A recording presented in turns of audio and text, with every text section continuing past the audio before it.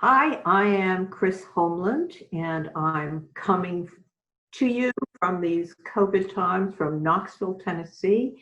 I am Professor Emeritus at the University of Tennessee, Knoxville in film, and I have written a lot on independent films, so I am absolutely delighted to be here today and talk with Heather Young about her first feature film called Murmur that all have just seen. So Heather's coming to us, I think, from Halifax. She's somebody who has a degree way back in the dark ages of 2009 from the Nova Scotia College of Art and Design. This is, as I said, her first feature, but she has several award-winning shorts earlier. So if you would like to check those out, I really recommend to you Howard and Jean, which has some resonance with this particular film we may talk about, and Fish and Milk. So Heather, welcome. Oh, thanks for having me. I wish I could meet you in person, let me tell you. Yes, I also would prefer that. Yeah, it would be nice because I have so many things to ask you about, and I was so impressed by your film, which maybe we can start talking about that. Then, to me, it's a model of independent women filmmaking and realist regional independent filmmaking. I thought that maybe you would like to tell us to start about how you got this project off the ground, getting it produced and funded, and what the origin of the story is. Yeah, sure. So Murmur kind of started, I guess, the way that you probably thought when you mentioned the short film that I did, Howard and Jean, back in 2014. So that was just a little short film that I made with my mother, and it was about her relationship with her elderly Chihuahua, whose name was Howard, and it was kind of about their codependent relationship. And after I made that film, that's when I started thinking about the story for Murmur, my first feature. I sort of thought, what would it be like if I took the idea for Howard and Jean, but took it to its most kind of extreme outcome. And that's when I started thinking about someone who is adopting animals, but can't stop, gets kind of addicted to that feeling and takes it too far. So that's where the idea started. So the film was made in Halifax, Nova Scotia, here in Canada. And we have a program, a federal program called the Telefilm Talent to Watch program. And that's a program put on by Telefilm Canada for first-time feature filmmakers. So my producer, Martha Cooley, and I applied for that program back in 2018. So that's how the film was funded. It's a very low budget, as you can probably imagine, but we also got some additional help from the Canada Council for the Arts. So we were lucky there, and also we were eligible for a tax credit program called the Incentive Fund here in Nova Scotia. So we got a little bit more funding from them as well. So kind of with those three things cobbled together, we were able to make it happen. Because you worked with a very small crew, I noticed. Mm-hmm. And I will ask you more as we go along about, so just be thinking about the contributions of your crew as well as your own.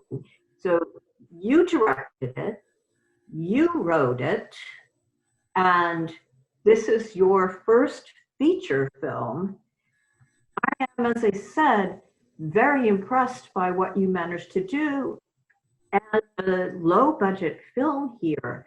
I see a theme throughout your work because as I wrote you, I was going to make a point of watching your shorts too, and I firmly encourage everyone in the audience who sees this to look too, and not just Howard and Jean, which is revelatory about this film, including some actual shots that kind of get picked up frame for frame that are highlights within this film and within Howard and Jean too.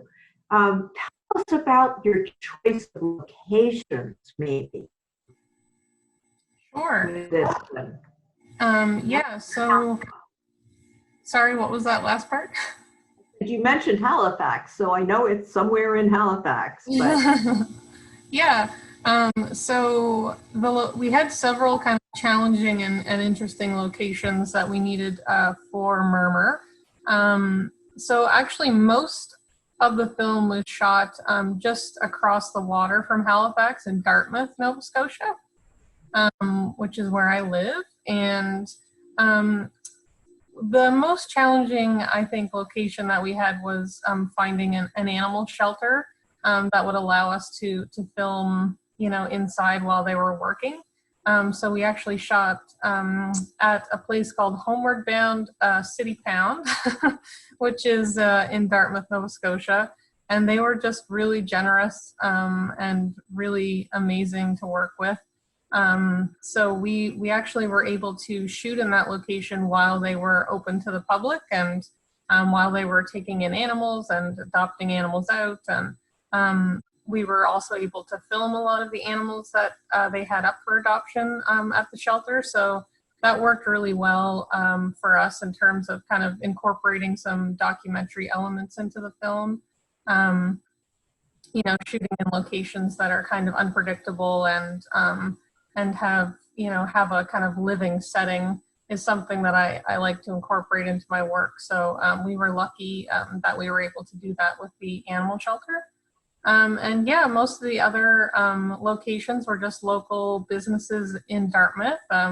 We shot in a nail salon and we shot in a veterinary clinic here. And we rented an apartment that allowed us to bring in a lot of different animals. We were worried about that, but we found a really animal-friendly landlord who had many pets herself and was renting out a basement apartment that the previous tenants had many pets as well. So we lucked out there in the sense that she let us bring in a whole bunch of dogs into the apartment. So yeah, those were some of the things we were worried about, but it worked out. yeah, mess on the floor is something that I noticed in some of your shorts also. You're expert at filming that. Yeah, I will say that all of the animal excrement in Murmur is fake. It's a relief. So, I had my art department create several, many doggy doo-doos. So yeah, the crew had fun with all the fake dog and cat feces. I'm sure the audience wants me to ask about the stars of the film, and that would be Shan McDonald, who does a brilliant job as Donna, and Charlie, who is himself. Is Charlie his real name? Yes, Charlie. Tell us about that. Yeah. So we did auditions for the film, but we were auditioning non-professional actors or people who had never really worked in acting or performing before. And I had actually met Shan several years ago when I was working at a dog daycare. So Shan is a huge animal lover. She has 4 dogs.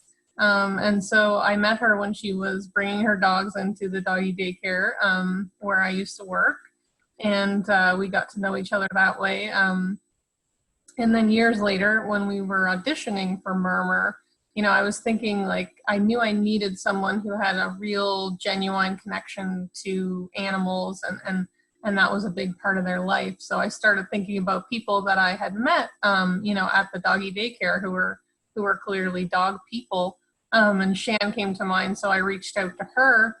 asking her if she wanted to audition, and she thought I was crazy, and she was pretty skeptical, I think, at the beginning, but she ended up coming in, and she's just a really honest and open person, and she's not embarrassed to be in front of the camera. She's very confident, and she was able to bring a lot of her own personal experiences from her own life into the film, which was something that I was looking for from the beginning. She's rescued a lot of dogs before. She's had elderly dogs. She knows what it's like to lose a pet. So she was able to access those kind of emotions when we were making the film, and I think that was a really effective element that we were really grateful for. And Charlie actually belongs to a woman named Gail who lives here in Dartmouth, and she runs a dog rescue group called Home to Stay Dog Rescue. And we worked with her and her dog rescue throughout the production. Charlie is just an amazing dog. He's very old now. He's an elderly dog. We don't know his exact age because he was rescued from a puppy mill. So we don't know exactly when he was born, but he's just a very calm dog. He was really great in like every different situation. We knew we needed a dog that was really like relaxed and comfortable being held and being moved around. And Charlie was great that way. I mean, we took him on the bus, we took him into stores, we took him in, into veterinary clinic. We had him in an underwater treadmill. He had to do a lot of different things for the movie, but throughout he was just really chill, really easygoing. So we're super grateful for Charlie, and he's still doing well. He's still trucking. And may he truck on. Indeed. So I wish the Ashland Independent Film Award had a prize for canine actor, because in my vote would go to Charlie. Move over, Lassie. Charlie's here. Well, I'll tell Gail, his owner. She'll be very pleased to hear that. Yes, please do. So I thought they both did such a wonderful job. You only have 2 actors credited of everyone who appears on screen here on IMDb. And I didn't go back to recheck the credits at the end of the film, unfortunately, but the other one is the young woman who works with Shan. So for me, this was the reason that you talked about this film as together with the locations, as a kind of a documentary hybrid with fiction. For me, it was profoundly fictional in a realist sense, I have to say, and I see it in a tradition of women filmmakers. Has anybody influenced your work in that sense, do you think? Oh, certainly. Yeah, I mean, I usually talk a little bit about Chantal Akerman as being an influence for my work, specifically her use of duration and extended kind of time in filmmaking. Yeah, there was a film. Another influence was a film called Ida, which is by a Polish director, Pawlowski. I can't say his name properly, but that's a film that kind of influenced the cinematography for Murmur. It was a film that was shot with a static camera and used a lot of negative space, and we took those ideas into Murmur. And then, yeah, a lot of, filmmakers that kind of blur the line between fiction and documentary, as you mentioned. That's something that I've been doing in my shorts and continued to take forward with me into the feature. When I was thinking about describing this to friends who, of course, haven't yet been able to see it, I thought of it as Chantal Akerman meets Kelly Reichardt with lots of dogs and cats and a hamster. Perfect. Yeah, I love Kelly Reichardt, so yeah, I'll take that comparison any day. So you've mentioned the cinematography, and I did want to ask you about that as well, because I was impressed by that. I'm sure you worked, since you were a small crew, very tightly with the cinematographer. This is the first time you've worked with him, isn't it? I'm just looking for his name. I actually worked with Jeff. Jeff, right? Sorry. Yeah, many years ago on a short film called Green that I did in 2012, I think. So that, yeah, I did work with him once before, and then we'd known each other for years. So yeah, it's a pretty I know, small community here, so we all kind of know each other. and I know he's worked on a lot of shorts in Halifax, because this was the reason that caused me to compare it. Not only are you using that 4:3 frame ratio, the square frame that, for example, Reichert uses in Meek's Cutoff, that I think of rather impressively, but you and Jeff are really focused on how you're framing things within this film. Do you want to say more about that? I can prompt you, because I noticed several instances where I was like, oh, I wish I could teach this film. But why don't you talk about what you think? Sure. Yeah. So yeah, we made several kind of decisions prior to starting shooting about the cinematography.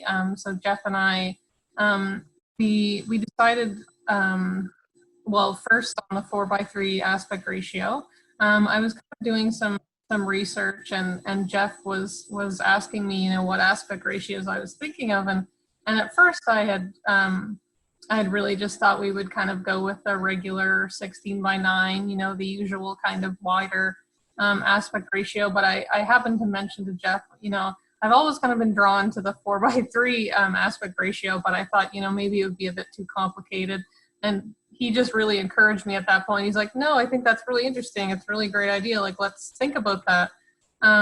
So we started kind of researching together, watching 4:3 films together, looking at a lot of 4:3 photography, and really decided that that was the right aspect ratio for this film. I think specifically because I started thinking of it as kind of a portrait frame, and this film, I think of as basically a portrait film. It's a film that's focused very heavily on one person, one character. And the 4:3 aspect ratio really frames the human face in a nice way. I kind of had that articulated for me by Andrea Arnold, a filmmaker who uses 4:3 in almost everything she does. And I was reading about her kind of rationale behind using it, and she kind of coined the term portrait frame, and I thought that made a lot of sense for what we were doing. And also it allows for an interesting use of negative space. So we did a lot of work with negative space in our framing for Murmur, and using the 4:3 kind of aspect ratio allowed for a lot of kind of interesting framing using the face, and also using the negative space kind of behind the. Let me just interrupt slightly, because some people may not know what you mean by negative space. Right. Right. So basically when you're framing a person, the part of the frame that the person's face or body is occupying, the foreground of the frame, the subject is the positive space of the frame, and everything else becomes the background or the negative space. So we wanted to use the background or the negative space to kind of create this feeling of isolation for our main character. And 4:3 frame really helped us do that, kind of position the character in different places of the frame to kind of emphasize the background and emphasize the emptiness and kind of the oppression of the environments that were surrounding her. Yeah, and to me that comes across so clearly in the shots. Again, you've got the 4x3 frame, so it's not what you're watching right now, but something blocked off, and she's within cleaning between cages. So you've got cages and cages, and she's caged. Mm-hmm. And there's so many shots, not of her face, which is another way of showing isolation, but instead of feet, either from a high angle or straight on looking at them, or hands, or so there's an emphasis on work, which is also what makes me think of Chantal Ackerman and poor woman endlessly peeling potatoes in Jeanne Dillman. But Yeah. It's extremely expressive to make these choices about cinematography, and they slip past many audiences. You realize subconsciously afterwards that it just packs a really gut emotional impact, not to see a nice green plant behind you, Heather Young, but instead to see your head in between cages, for example. You know, it just would really alter how way your image and what we think of it. With these non-professional actors that you had, who you know work well with dogs, you nonetheless had to get them to tell a story. I've read that you don't have your non-professional actors, who you've worked with by choice before this too, memorize their lines, but you instead try to convey to them what kind of points in the story they have to get across each time. Gosh, how much footage did you have to shoot before you got what you wanted out of a particular scene? We did shoot quite a bit. I mean, maybe not as much as you'd think. We shot about 50 hours of footage, which, you know, is quite a bit, but isn't unheard of for a feature. We shot over 25 days, so we had 25 days of principal photography, which for an independent low-budget film in Canada is quite a long time. And that was one of the things that I knew I wanted to do from the beginning. I wanted to prioritize time over everything else. So with our budget, we knew that going in, that the most important thing for me was having 25 days, was having enough time. And I think that's a really important component when you're working with non-professional actors, or especially people who have never been in a film before and never acted in any way, which was everyone in our film. So if they have enough time to feel relaxed, and the director has enough time to feel relaxed in the scene, then that I think enables a non-professional to kind of not panic and to realize that, you know, no matter what happens, we can do it again. You know, if they feel like they messed up, or you know, if they're trying to find the words, or they just need to practice, you know, a couple times before, that's all okay, because, you know, we're not rushing. You know, obviously making a film, there's always time considerations, and you can't spend all day on one scene, but because we did have, you know, what I considered to be a reasonable amount of time, you know, we had enough time, we didn't have that extra pressure. And I think that really helps with non-professional performers.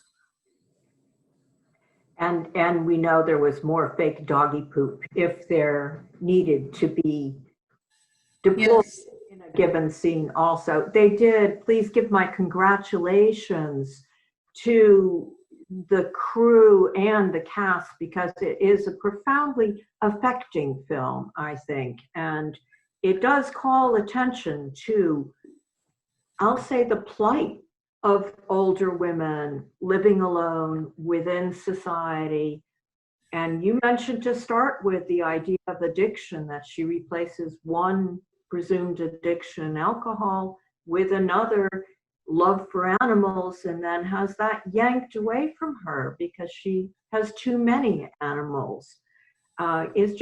It's a really sad story.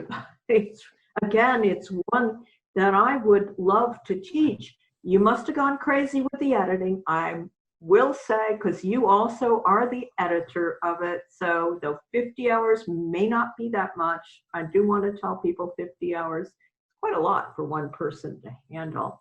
Yes. To get through all of that, and how'd you get us to the final film?